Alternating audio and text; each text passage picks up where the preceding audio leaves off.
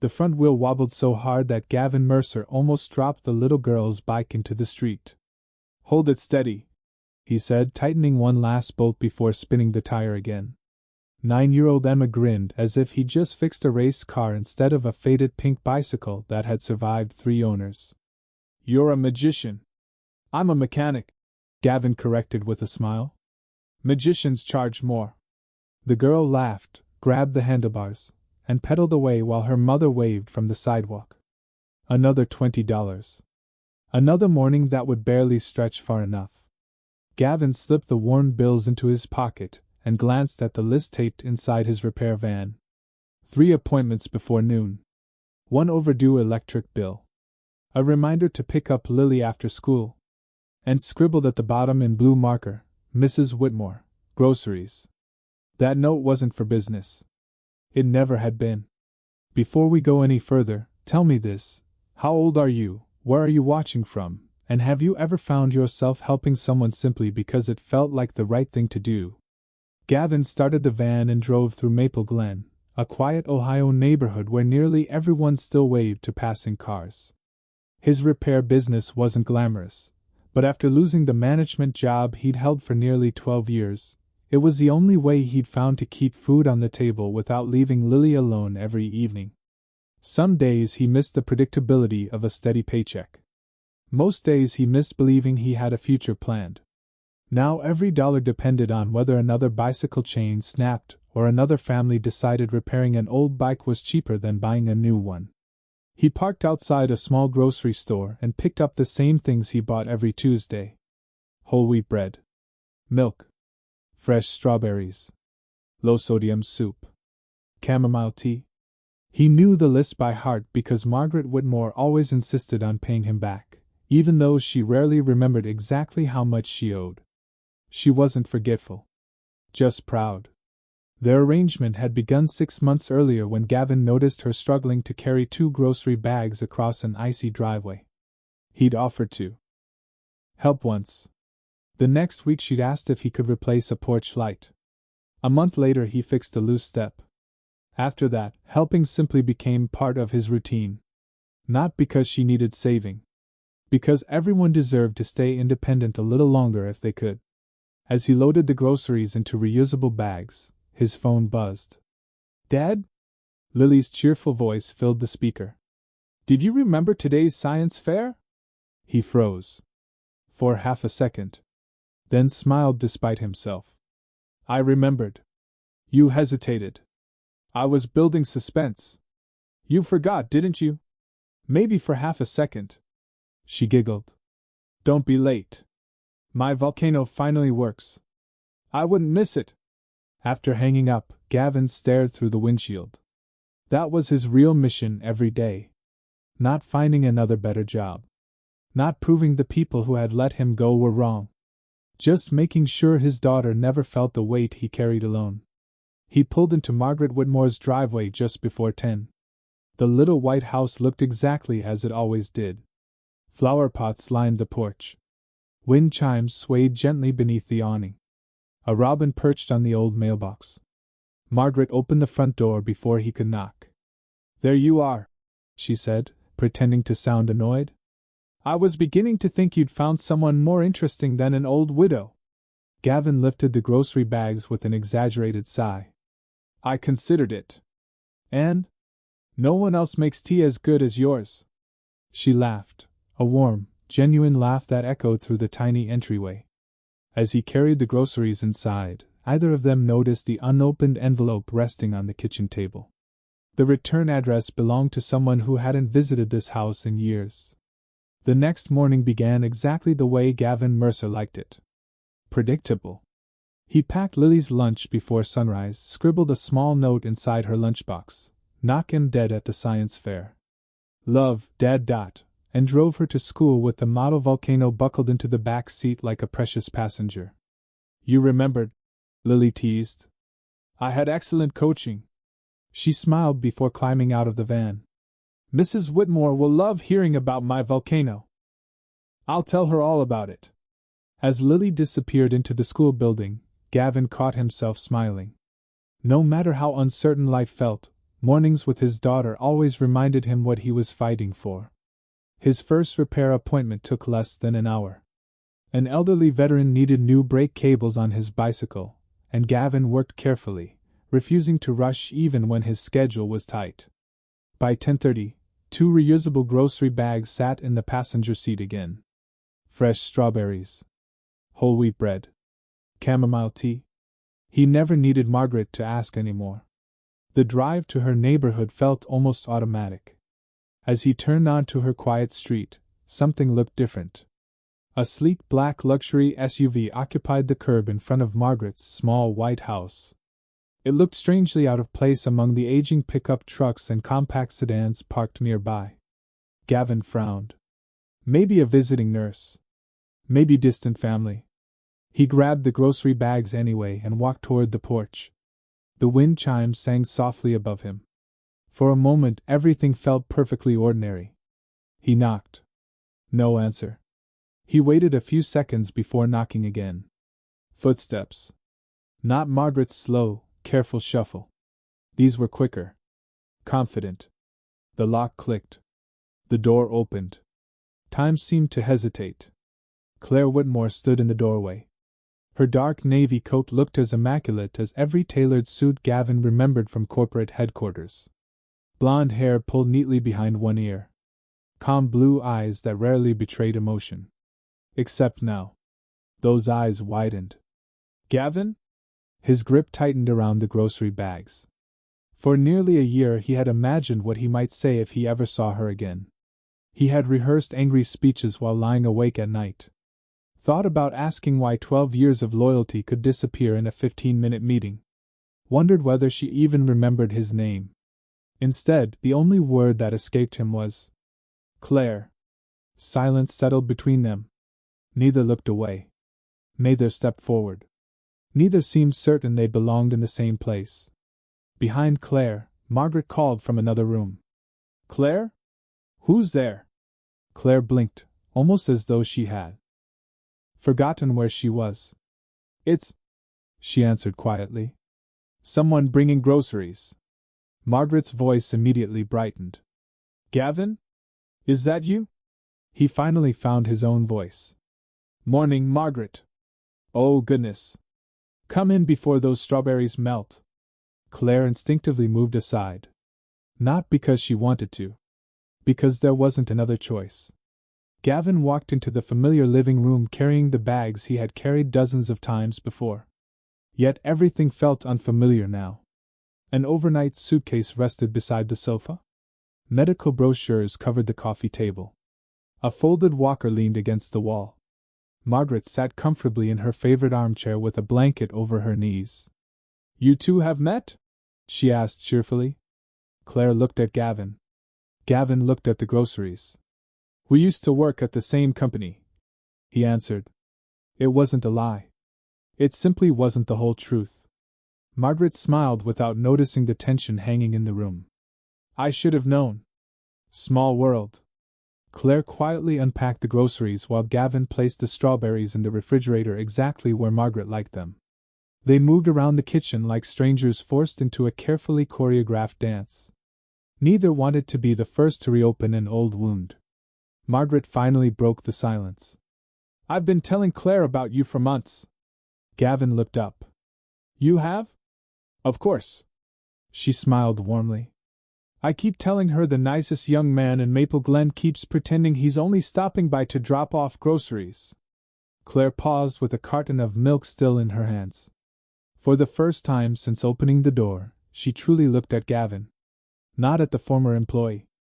Not at a name buried somewhere inside company records. She saw a father whose work-worn hands quietly stocked another person's refrigerator before thinking about his own. And somehow, that realization made speaking even harder than silence. Margaret insisted they stay for tea. Neither Gavin nor Claire seemed eager to accept, yet neither found a polite way to refuse. The kettle whistled softly from the kitchen while sunlight spilled across the worn hardwood floor. It was the same cozy house Gavin had visited dozens of times, but the atmosphere had shifted completely. Every familiar object now seemed to hold two different histories. Margaret's quiet routines and the unspoken past between the two people sitting across from each other. "So," Margaret said cheerfully as she poured tea into mismatched mugs, "tell me how you two know each other." Claire answered first. "We work together." Gavin nodded. "For a long time." Margaret smiled. "Then I'm surprised neither of you ever mentioned it." Claire lowered her eyes to the steam rising from her cup. "It never came up." That was true. But silence often hid more than lies ever could. After a few minutes, Margaret excused herself to take her morning medication upstairs. "I'll only be a minute," she called. The moment her footsteps faded, the room became painfully quiet. Claire finally spoke. "I didn't know." Gavin looked toward the staircase instead of at her. "Didn't know what?" "That you were helping my mother." "I wasn't trying to make a point." "I didn't say you were." "No," Gavin replied calmly.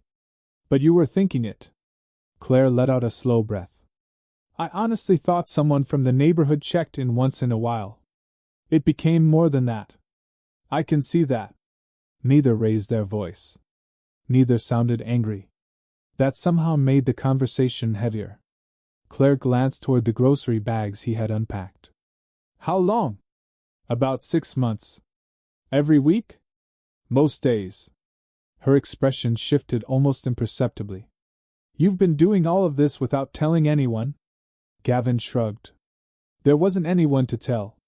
Claire rested both hands around her mug. "I've been calling her every Sunday." "I know." "You know? She reminds me every Monday." A faint smile almost appeared on Claire's face before disappearing again. "She always tells me you're busy." Claire's shoulders sank. "I am." The admission sounded less like an excuse than a confession. Outside, a breeze stirred the wind chimes hanging on the porch. For several seconds neither spoke. Finally Claire broke the silence again. "My mother's cardiologist called me last week." Gavin looked up. "She collapsed in the backyard." His eyes widened. "When?" 3 weeks ago." He searched his memory. 3 weeks earlier Margaret had told him she'd simply tripped over a garden hose. She had laughed it off. She had insisted she was perfectly fine. "You didn't know," Claire said quietly. "No. She never wanted you to worry either." Gavin leaned back slowly. That sounded exactly like Margaret. Always protecting everyone else from her own problems. Claire reached into a leather folder lying beside the sofa and removed several medical papers. "The doctor believes she shouldn't be living alone anymore." Gavin remained silent. "She's still sharp," Claire continued. "She remembers everything that matters. But she's becoming physically unsteady." He studied the reports without reaching for them. "I'm not asking you to read these." "I wasn't planning to." Claire nodded. "I've already contacted an assisted living community outside Columbus." The words settled heavily between them. "I'll be moving her there as soon as I can convince her." Gavin finally met her eyes. "And if you can't?" Claire hesitated. "For the first time in my life." She looked toward the staircase where her mother's footsteps could be heard again. "I honestly don't know." Margaret returned carrying a small photo album tucked beneath one arm. "I found something you'll both enjoy." She settled into her chair and opened the first page. There was a faded photograph of a much younger Margaret standing beside a man in work boots, both smiling proudly in front of the little white house. "My husband built this porch with his own hands," she said softly, tracing the picture with one finger. "He promised we'd grow old here together." Her smile lingered only a moment before becoming wistful. "He kept his promise." Neither Gavin nor Claire mentioned the assisted living brochures still lying on the coffee table. But for the first time, both understood that the real battle ahead had nothing to do with the past they shared. It was about the future Margaret refused to surrender. By Friday, the little white house no longer belonged to Margaret's routine. It belonged to schedules. A home healthcare nurse arrived at 8. A handyman measured the bathroom for safety rails at 9.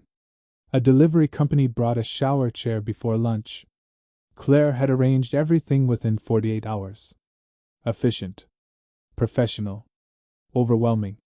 Margaret smiled politely through every visit, thanked every stranger, and then quietly whispered to Gavin after the last van pulled away.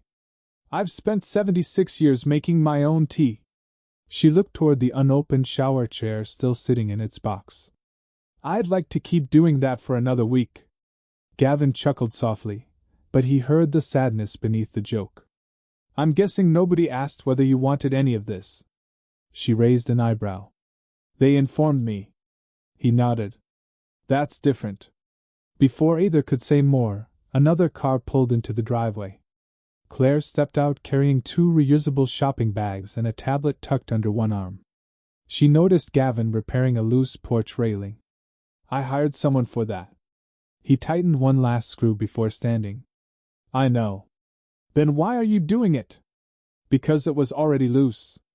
Claire looked at the repaired railing, then at the toolbox in his hands. "You don't have to keep fixing everything." Gavin wiped his hands on a rag. "I'm fixing a railing." "No." Her voice stayed calm.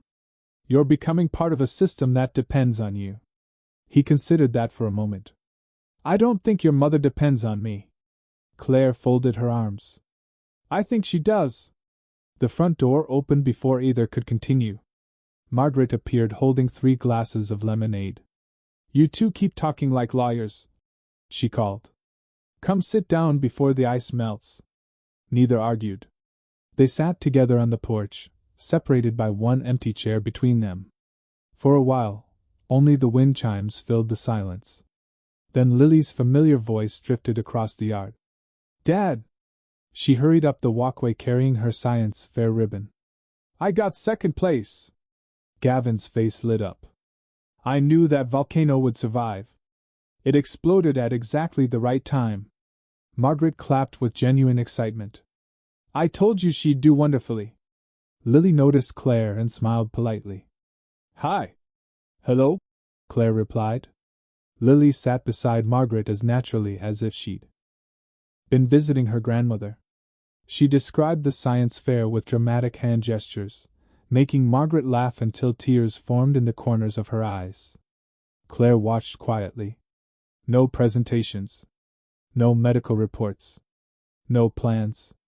Just a little girl making her mother laugh. When Lily finally ran inside to show Margaret the ribbon, Claire spoke without taking her eyes off the doorway. "My mother hasn't laughed like that with me in a long time," Gavin answered honestly. "She laughs because nobody's trying to convince her of anything." Claire didn't respond immediately. Instead, she looked at the repaired porch railing, the grocery bags waiting by the kitchen door, and the little ribbon Lily had accidentally left on the porch swing. For the first time, she wondered whether solving every problem quickly had prevented her from seeing the person standing inside it. Monday arrived with a gray sky and steady rain that blurred the streets of Maple Glen into muted shades of silver.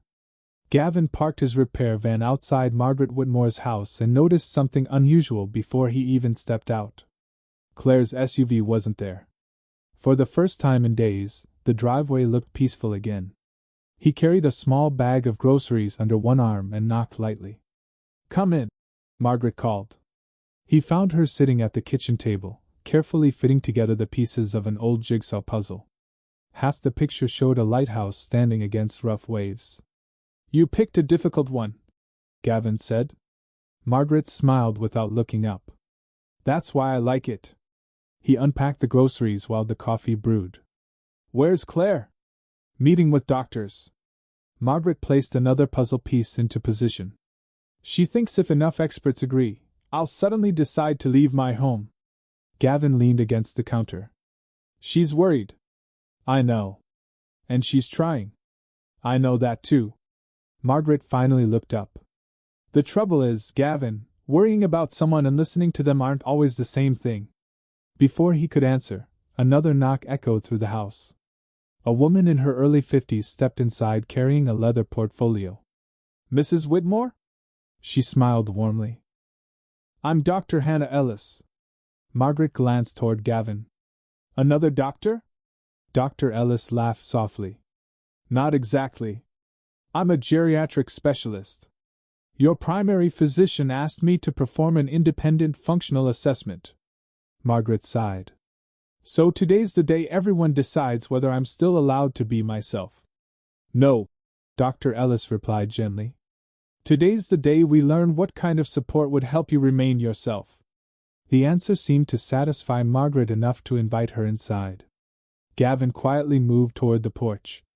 You don't have to leave, Dr. Ellis said. If Mrs. Whitmore is comfortable with it, I'd actually like to observe how she interacts with people she trusts. Margaret answered before Gavin could. He stays. The evaluation lasted nearly 2 hours. It wasn't dramatic. There were no complicated machines or frightening procedures. Dr. Ellis asked Margaret to remember short lists of words, to explain how she managed her medications, to prepare a cup of tea, to walk across the living room, turn around, and sit again.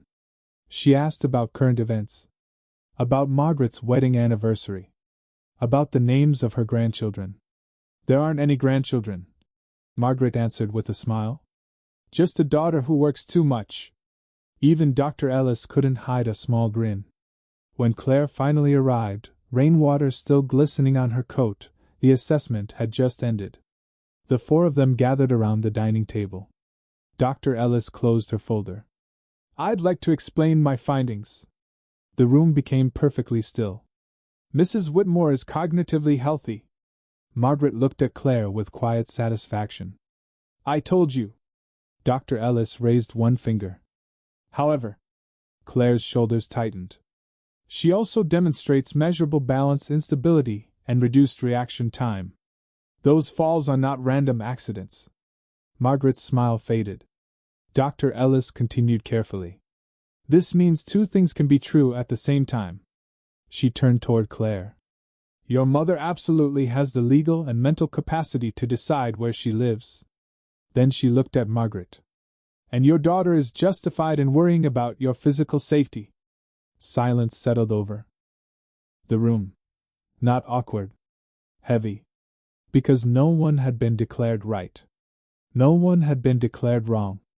Claire looked almost disappointed that the answer wasn't simpler. So what do we do? She asked quietly. Dr. Ellis folded her hands. You stop trying to win. Everyone looked at her. This isn't a courtroom. She pointed toward the living room where framed family photographs lined the mantel. It's a family. She explained that many older adults successfully remained in their own homes with realistic safety modifications, scheduled medical monitoring, and reliable support networks.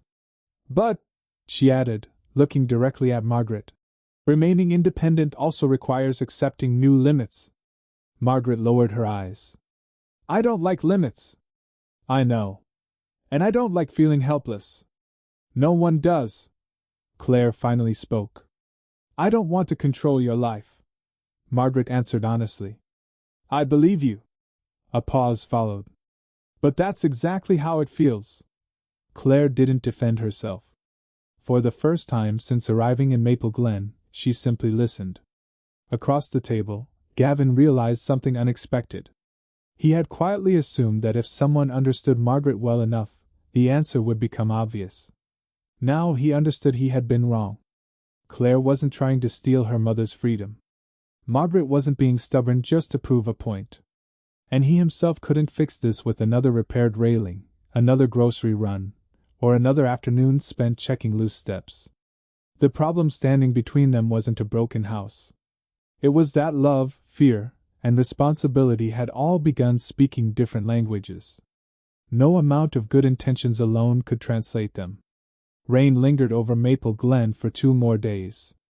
The steady drizzle kept Gavin's repair schedule lighter than usual, giving him enough time to replace the warped wooden board on Margaret's back porch. He worked quietly while she sat beneath the covered patio, knitting a blue scarf that had somehow grown longer every time he visited. I still think you're making that scarf for a giant, Gavin joked. Margaret smiled without looking up. Maybe I am. You've been knitting it for weeks. Good things aren't measured by speed. He laughed softly and tightened the last screw. Inside the house, the kettle began to whistle. I'll get it, Margaret said, slowly rising from her chair. Gavin instinctively stepped forward. I've got it. She stopped him with a gentle look. I can still make my own tea. He hesitated. Then nodded. Okay. Watching her disappear into the kitchen, he realized Dr. Ellis had been right. Helping someone wasn't the same as taking over their life. A few minutes later, another car rolled into the driveway. Claire climbed out carrying no folders, no contractors, and no medical equipment. Only a paper bag from a local bakery. Margaret noticed through the window. That's new. Claire entered quietly. I brought cinnamon rolls. Margaret raised an eyebrow. You don't even like cinnamon. I know. You always picked blueberries. I know. A faint smile appeared between them. It wasn't forgiveness. But it was something. While Margaret arranged plates in the kitchen, Claire stepped onto the porch where Gavin was putting away his tools. Can we talk? He nodded. They stood overlooking the backyard, where raindrops clung to the maple trees like tiny pieces of glass. Claire folded her arms against the cool breeze. I've wanted to explain something for a long time. Gavin didn't interrupt. The day you were let go. She paused. I signed the final authorization. I know. I didn't choose your name. He looked at her calmly. But you approved it. Yes. There was no attempt to escape responsibility. Our regional vice president presented a report after the warehouse accident. According to the investigation, safety procedures hadn't been followed. Gavin's expression remained steady. They said I ignored maintenance requests. Claire nodded. They did. I didn't. I know that now. Those 4 words carried more weight than any prepared apology. Claire continued, her voice quieter than before. 3 months after the layoffs, another internal review uncovered emails that had never reached executive leadership. Equipment failures had been reported repeatedly. Some managers buried the complaints because repairs would have delayed production. Gavin stared across the wet backyard. I sent those reports. I've read them. He let out a slow breath. I wondered if anyone ever would. Claire swallowed. They reached my office after it was too late. Either of them spoke for several seconds. The silence wasn't angry. It was exhausted. Finally Claire said, I thought about calling you. What stopped you? I wasn't sure whether it would help you, or make me feel better. Gavin appreciated the honesty. If you'd called back then, I probably wouldn't have answered. I figured. He rested both hands on the porch railing he had repaired earlier that week. For months I kept replaying that meeting in my head. Claire looked at him. I wanted someone to blame. You found me. I did. And now? Gavin smiled sadly. Now I think the company failed long before either of us walked into that conference room. Claire nodded almost immediately. So do I. From inside the house came Margaret's voice. The tea is getting cold. Neither moved. Claire broke the silence first. I'm not going to offer you your job back. That surprised him enough to turn. There isn't a position waiting for you. She met his eyes without hesitation. And even if there were, this isn't the moment for that conversation. Gavin gave a small, genuine smile. I'm glad you said that. You are? If the first thing you offered was a paycheck, I'd spend the rest of my life wondering whether you saw me, or just your mistake. For the first time since opening that front door days earlier, Claire's guarded expression softened completely. Then maybe, she said, we can start by seeing each other as people. Gavin picked up the box of cinnamon rolls. I think your mother would call that a better beginning than either of us deserves. Together they walked back inside, not as a former CEO and a former employee, but as 2 imperfect people carrying the weight of old decisions into a room where healing would have to happen one honest conversation at a time. The call came just after sunset. Gavin had barely finished washing the grease from his hands when his phone vibrated across the kitchen counter. Claire. He answered immediately. Is everything okay? Her voice was steady, but only because she was forcing it to be. My mother is gone. He stood up so quickly the chair scraped across the floor. What do you mean, gone? I stopped by after a meeting. The back door was unlocked. Her coat is missing. When did anyone last see her? The home health nurse left around 4. Gavin glanced at the clock. It was nearly 7. 3 hours. I've checked every room, every neighbor's yard. Claire took a shaky breath. The sheriff's department is sending someone, but you think she walked somewhere? I don't know what to think anymore. I'll be there. He grabbed his jacket and called toward the living room. Lily, Mrs. Dawson next door is coming over for a little while. His daughter looked up from her homework. Is Mrs. Whitmore okay? I don't know yet. She walked over and hugged him without another question. Go find her. 20 minutes later, Gavin pulled into Margaret's driveway. Police lights reflected softly against the windows. Claire stood on the porch speaking with a deputy, her face pale beneath the porch light. The deputy approached Gavin. You know Mrs. Whitmore well? I do. Anywhere she might go? Claire answered before Gavin could. We've checked the grocery store, the church, and the community garden. The deputy nodded. We'll keep expanding the search. Gavin looked toward the quiet house. Something didn't fit. Margaret rarely talked about the future. She talked about memories. The porch her husband built. The maple tree they planted together. The tea they drank every evening. Then one memory rose above the others. My husband kept his promise. Gavin looked at Claire. When was the last time your father visited? She frowned. He passed away 12 years ago. I know. Realization slowly crossed her face. The cemetery. He was already walking toward his van. It's only 15 minutes away. Claire climbed into the passenger seat without hesitation. Neither spoke during the drive. Rain had begun again, tapping gently against the windshield. The cemetery sat on a quiet hill overlooking Maple Glen, nearly empty except for rows of weathered headstones and towering oak trees. They searched on foot beneath the fading light. Then Gavin stopped. Near a granite headstone, beneath a black umbrella that had slipped sideways in the wind, Margaret sat on a small folding chair. She wasn't crying. She was talking softly to the name carved into the stone. Claire whispered, Mom! Margaret turned slowly. Oh. Her smile was calm. I wondered which of you would find me first. Claire hurried forward. We've been terrified. Margaret looked back at her husband's grave.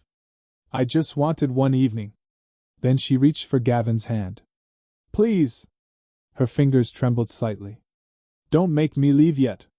Gavin looked at Claire. Claire looked at her mother.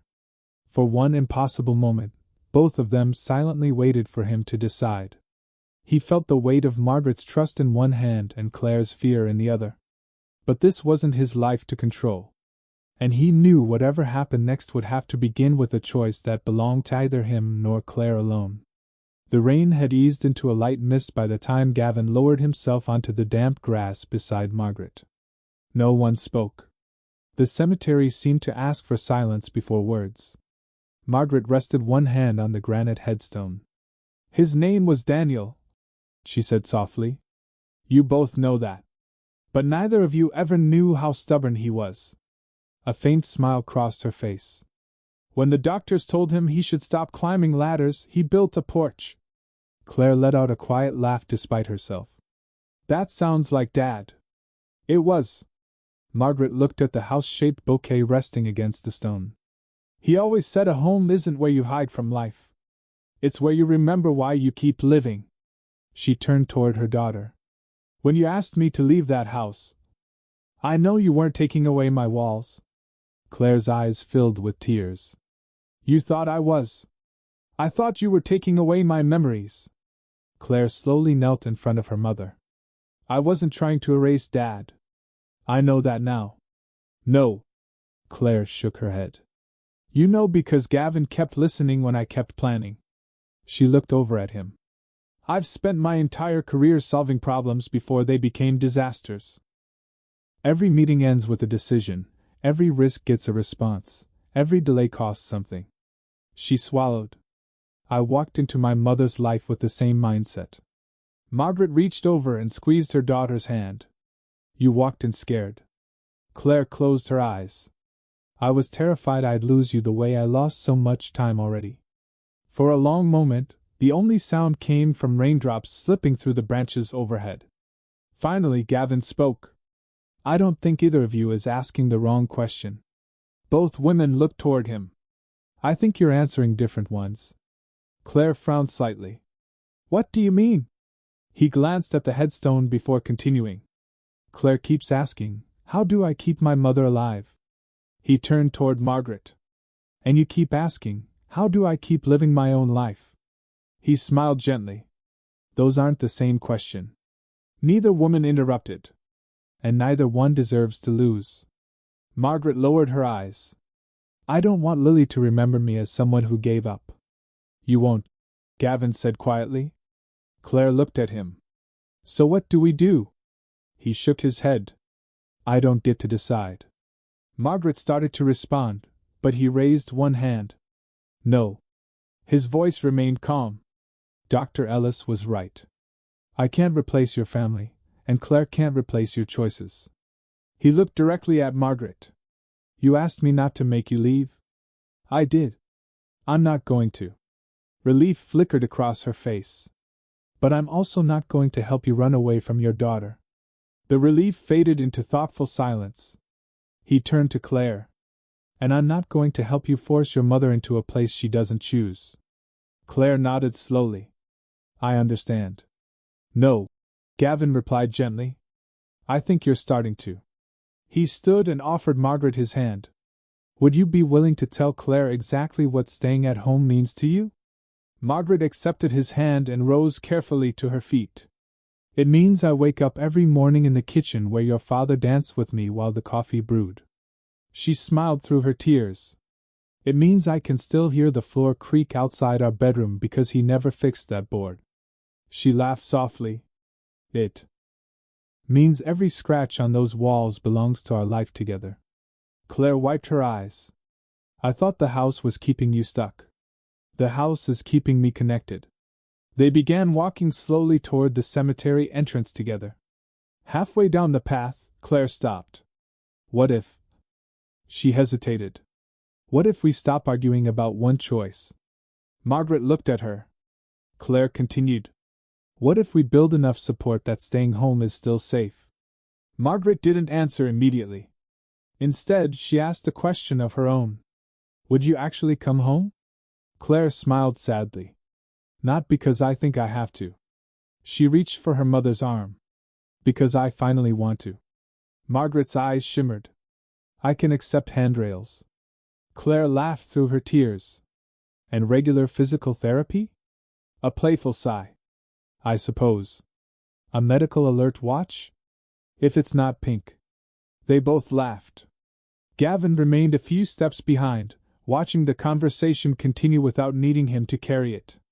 For the first time since he had knocked on Margaret's front door with 2 bags of groceries, he understood that helping someone wasn't about becoming indispensable.